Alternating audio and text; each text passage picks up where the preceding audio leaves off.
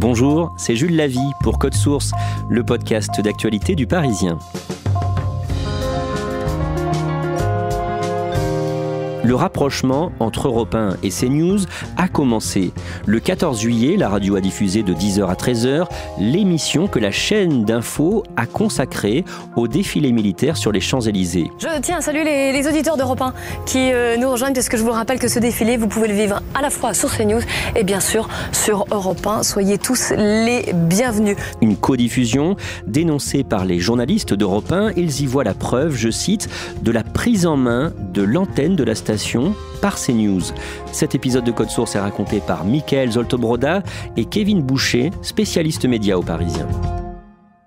Mickaël Zoltobroda, le mercredi 30 juin, vous postez sur Twitter une vidéo très partagée qui cumule aujourd'hui près de 100 000 vues. Qu'est-ce qu'elle montre ? Elle montre Patrick Cohen sur les marches d'Europe 1, enfin devant les locaux d'Europe 1. Il va donner un discours assez fort, assez applaudi. Si je devais résumer ce qui nous rassemble aujourd'hui, c'est une conception de l'information. La rédaction d'Europe 1 refuse le modèle que propose Vincent Bolloré, qui est devenu l'actionnaire majoritaire de la station. De quel modèle est-ce qu'il parle ? Il parle du modèle de CNews qui devrait être implanté aussi à Europe 1. C'est un modèle qui est basé sur la controverse, avec une ligne éditoriale assez conservatrice et qui pourrait arriver sur Europe 1. C'est celui qui cherche à produire non pas de l'information et de la connaissance, mais au contraire à créer des fractures, à dresser une partie de la France contre l'autre. Beaucoup de débats, beaucoup d'opinions. Beaucoup d'opinions surtout et moins d'infos, avec des débatteurs qui sont aussi un peu issus d'une droite, voire d'une extrême droite pour certains. Les invités y sont de tous bords, mais en tout cas les chroniqueurs, eux, sont très marqués. Et ce que nous voulions vous dire, c'est un message, une alerte à l'opinion pour dire que l'information n'est pas un bien comme les autres, que nous avons, nous journalistes, nous tous, une responsabilité sociale et citoyenne. Mickaël Zoltobroda, Kevin Boucher, vous allez nous raconter comment Europe 1 s'est rapproché petit à petit de CNews. Mais d'abord, il faut rappeler d'où vient Europe 1. La station a été créée en 1955. Kevin Boucher, d'un mot, elle est depuis devenue l'une des plus grandes radios françaises. Europe 1 a réussi à imposer un ton nouveau. Elle a créé notamment les Flash Info. Bonjour, ici Europe numéro 1. Elle a eu des reportages très incarnés, des voix très connues. Elle a eu Coluche, notamment, qui a été une des plus grandes voix de la radio. Je voudrais faire une annonce personnelle. Français, française, si vous pouviez rire, ça nous arrangerait. Et un rendez-vous très connu qui est resté culte, Salut les copains. Salut les copains. Sur Europe numéro 1, comme on l'appelait à l'époque, ce qui lui a permis d'être dans les années 70 la première radio de France.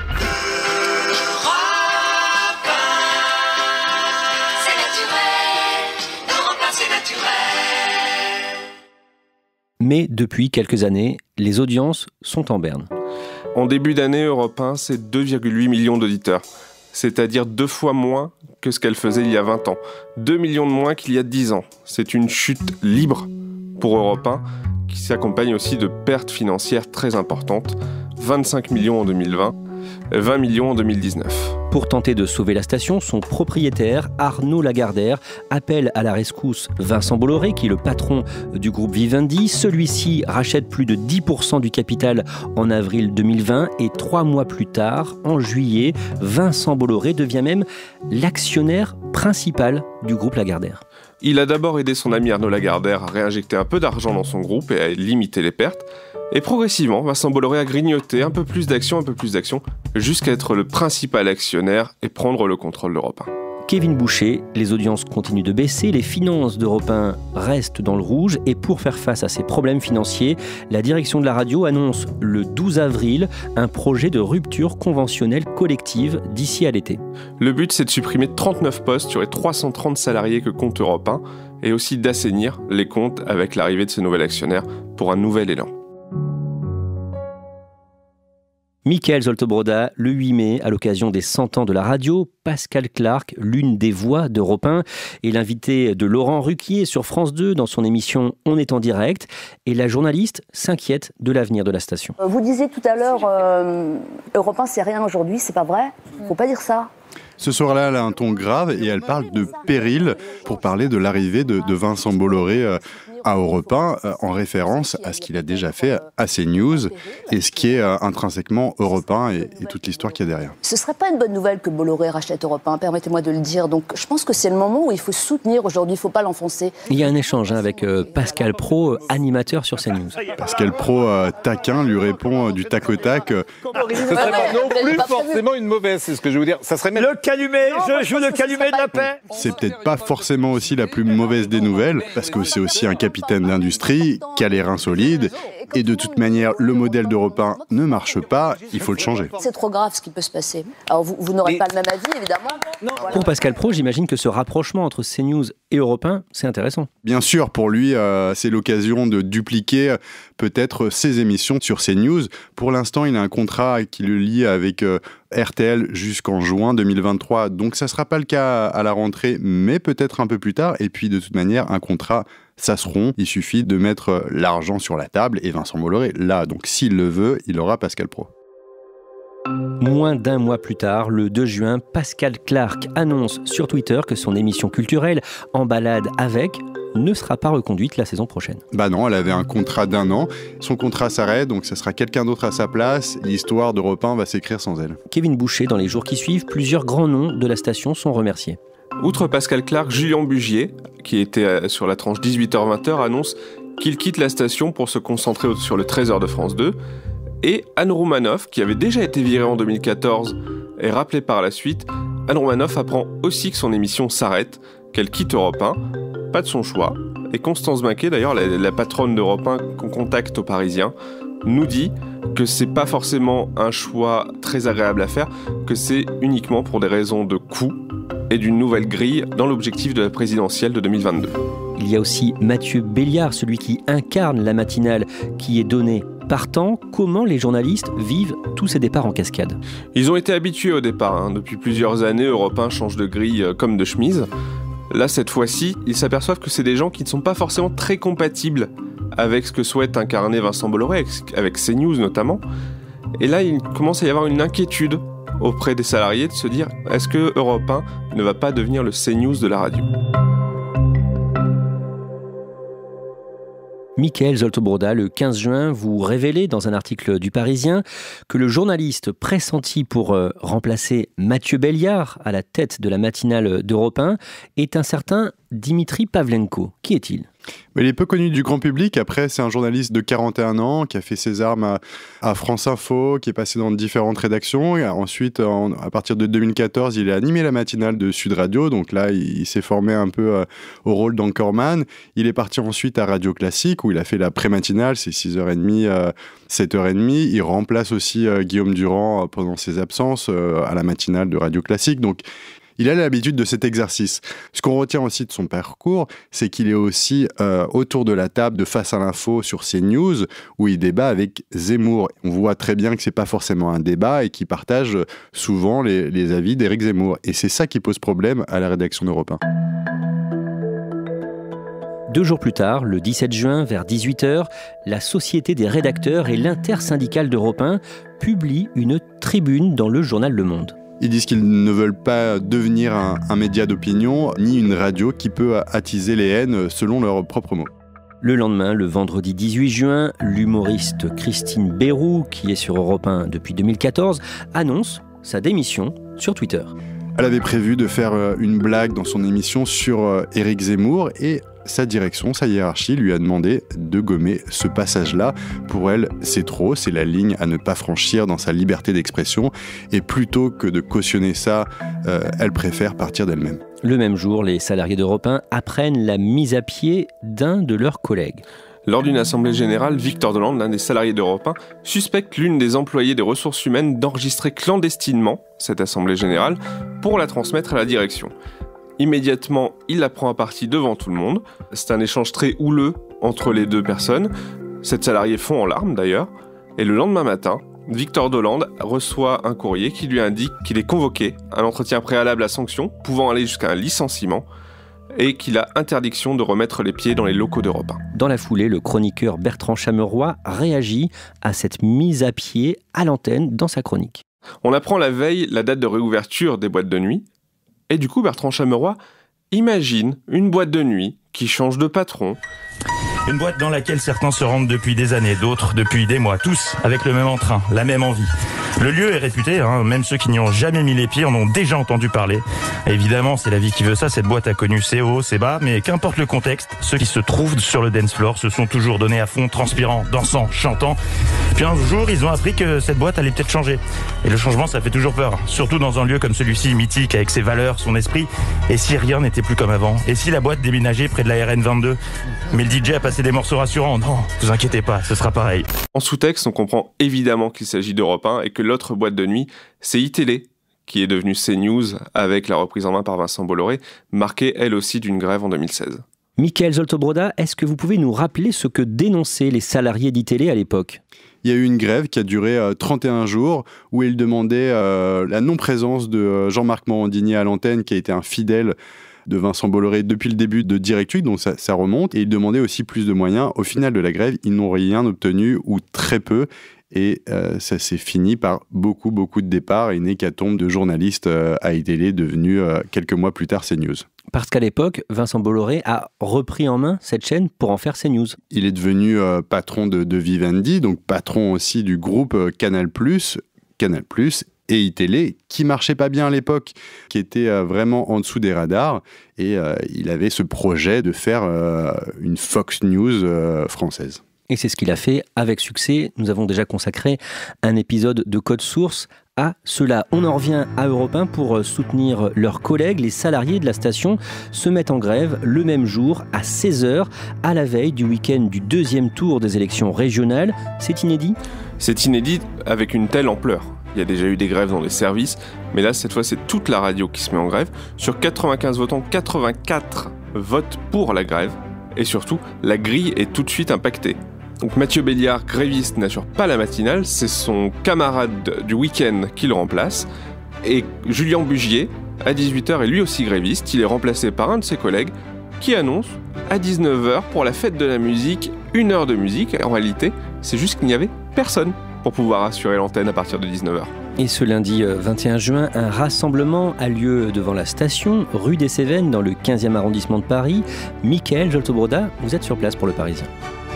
Il y a une trentaine de salariés, on voit qu'ils ont beaucoup d'inquiétudes, avec un discours où ils s'opposent aux nouveautés, aux changements qui sont annoncés pour la rentrée. Que réclament les grévistes concrètement ? Ils ne réclament pas une annulation du projet de grille pour la rentrée, ils veulent juste partir avec un peu d'argent, et pour eux, ça veut dire partir dignement. Est-ce que la grève est évoquée à l'antenne ? Au début, non. C'est comme si de rien n'était. Les auditeurs ont juste remarqué que Mathieu Béliard n'était pas à l'antenne, mais rien n'indique les raisons.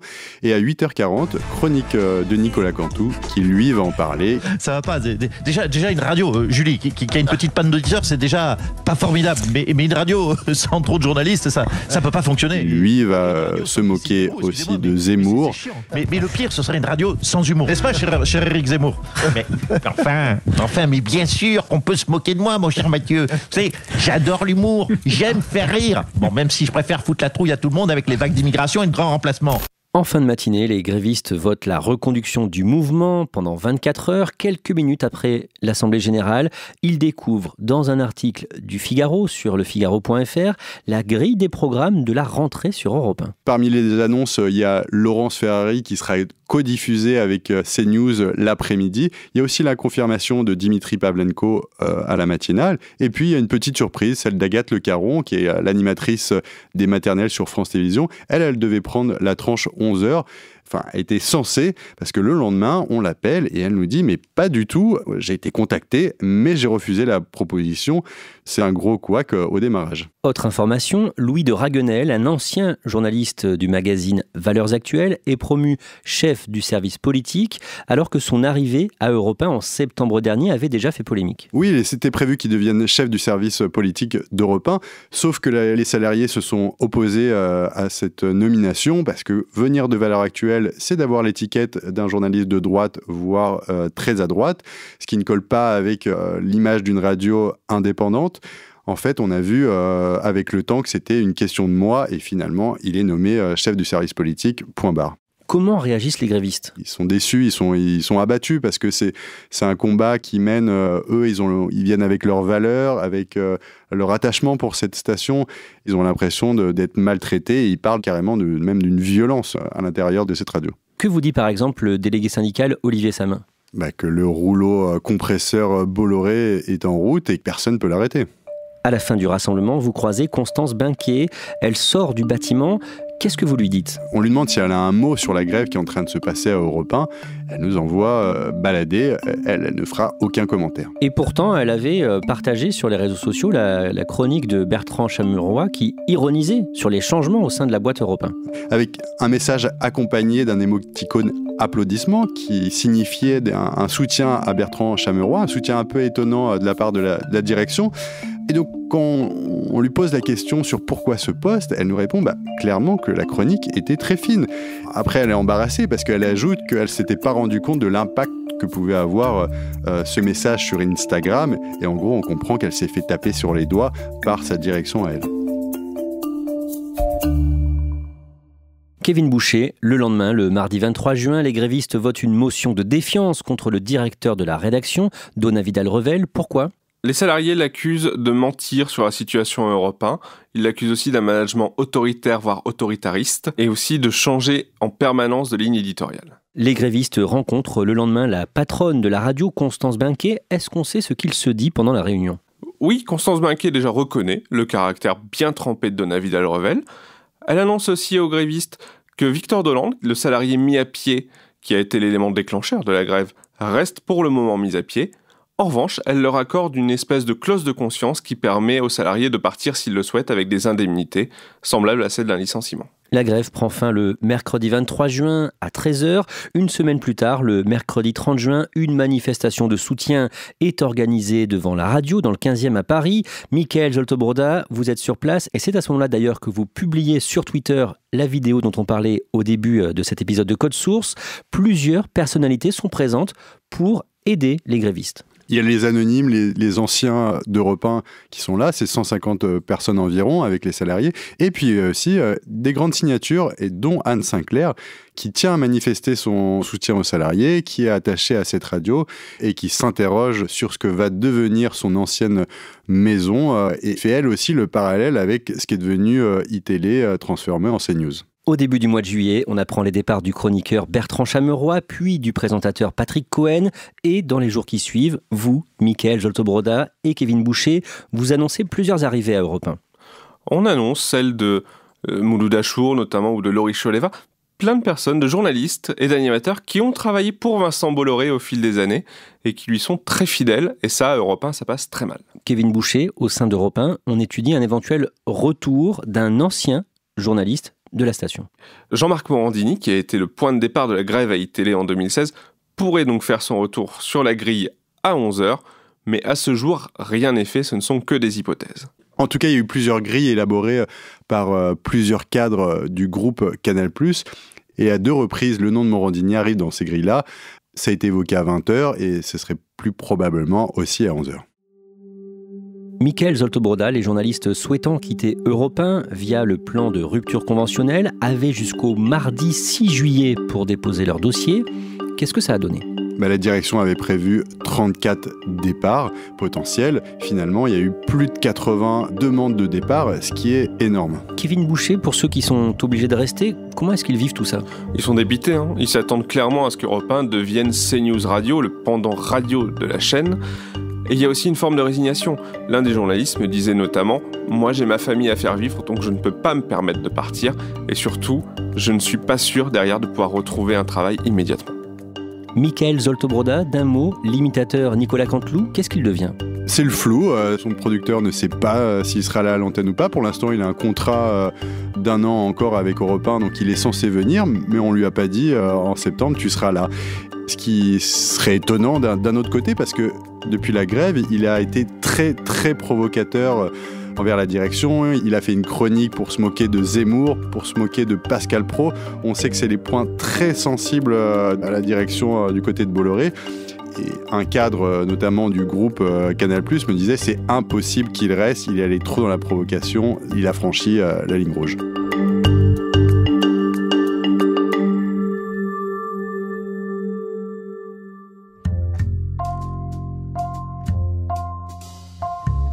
Merci à Mickaël Zoltobroda et Kevin Boucher.